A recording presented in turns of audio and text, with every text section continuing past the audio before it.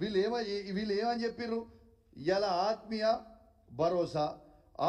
భరోసాలో స్థలం లేని ప్రతి ఒక్కరికి మేము ఆత్మీయ భరోసా కింద 12,000 రూపాయలు మేము ఇస్తాము అని రేవంత్ రెడ్డి గారు ఎన్నికల సమయంలో చెప్పిండ్రు.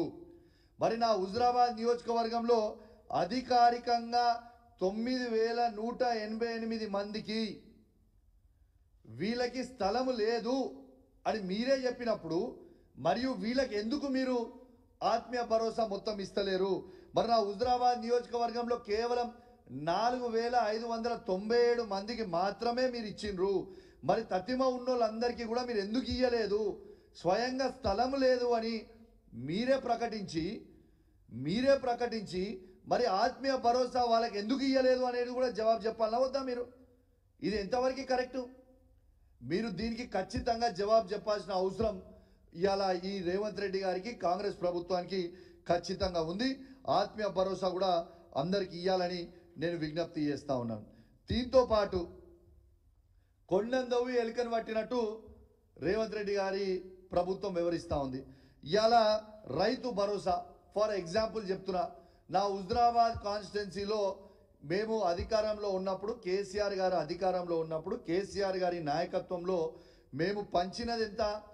1,18,216 ఎకరాలు నా హుజురాబాద్ నియోజకవర్గంలో. వీళ్ళేమో మొత్తం ఎంక్వైరీ చేసి ఇప్పుడు వీళ్ళు వంచేది ఎంత అంటే 1,17,630 ఎకరాలు. అంటే వీళ్ళు తీసింది ఎన్ని ఎకరాలు అంటే కేవలం 586 ఎకరాలు మాత్రమే తీసిండ్రు. రాష్ట్ర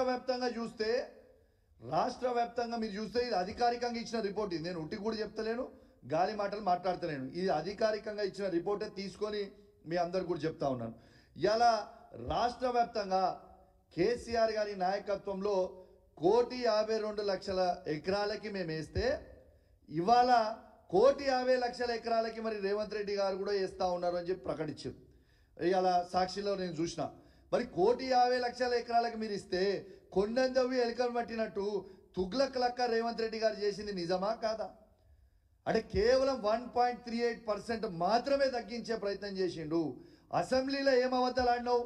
ఇలా కేసీఆర్ గారి ప్రభుత్వం 22,000 కోట్ల రూపాయలని వృధా చేసింది అని అసెంబ్లీ సాక్షిగా తెలంగాణ రైతాంగం మొత్తం కూడా వినేటట్టు నువ్వు మాట్లాడినావు. మరి ఇవాళ ఏం జవాబు చెప్తావు? నీ 2 లక్షల ఎకరాలు ఇలా తీసేస్తే హార్డ్లీ 200 కోట్ల రూపాయలు కావు, 2,000 కోట్ల రూపాయలు కావచ్చు. Sorry, subject to correction. అంటే 2,000 కోట్లు ఎక్కడ? ఇవాళ ఆ 2,000 కోట్లు కూడా ఖచ్చితంగా అవి కూడా రైతులే. నువ్వు లంగదండ అయ్యేసి అన్ని అబద్ధాలు పెట్టి చెప్తా ఉన్నావు.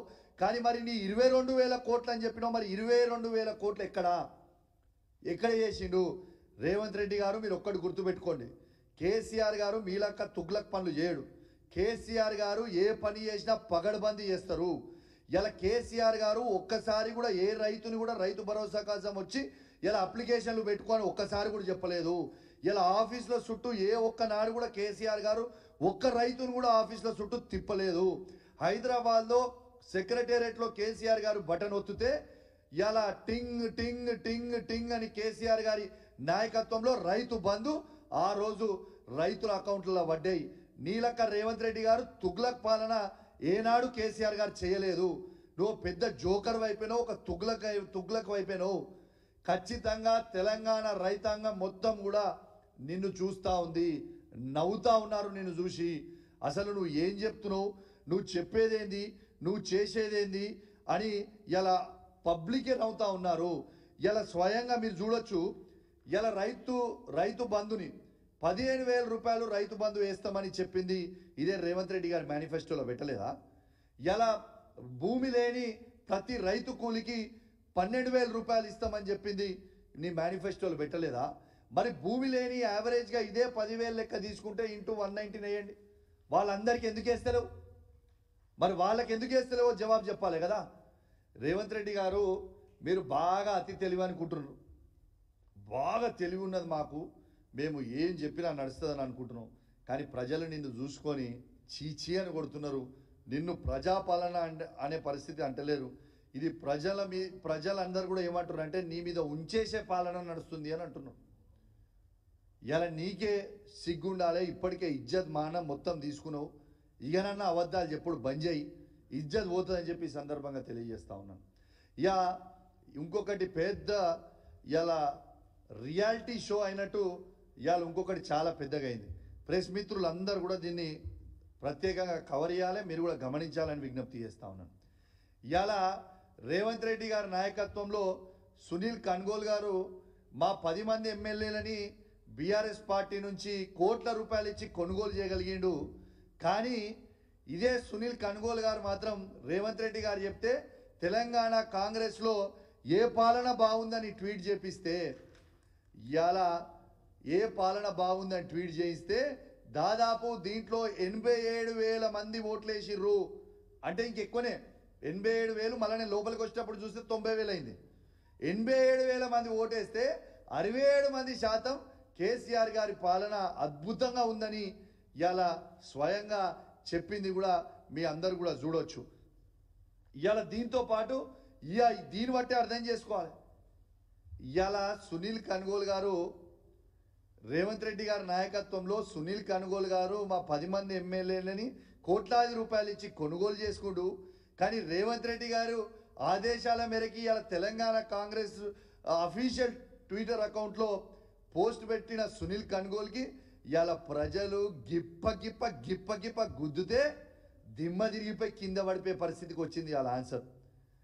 ఇది బాబు ప్రజలంటే ఏమనుకుంటావు, తమాషా అనుకుంటున్నావా?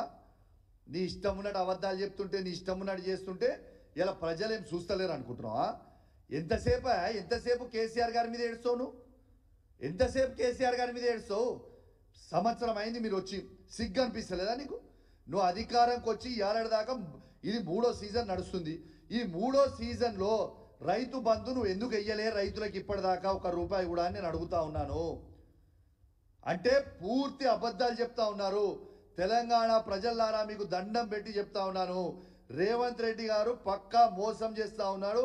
మళ్ళా కేవలం సర్పంచ్ ఎలక్షన్ల కోసం, జెడ్పీటీసీ ఎలక్షన్ల కోసం, ఎంపీటీసీ ఎలక్షన్ల కోసం, కౌన్సిలర్ ఎలక్షన్ల కోసం మీకు అబద్ధాలు చెప్పే ప్రయత్నం మరొక్కసారి చేస్తా ఉన్నారు.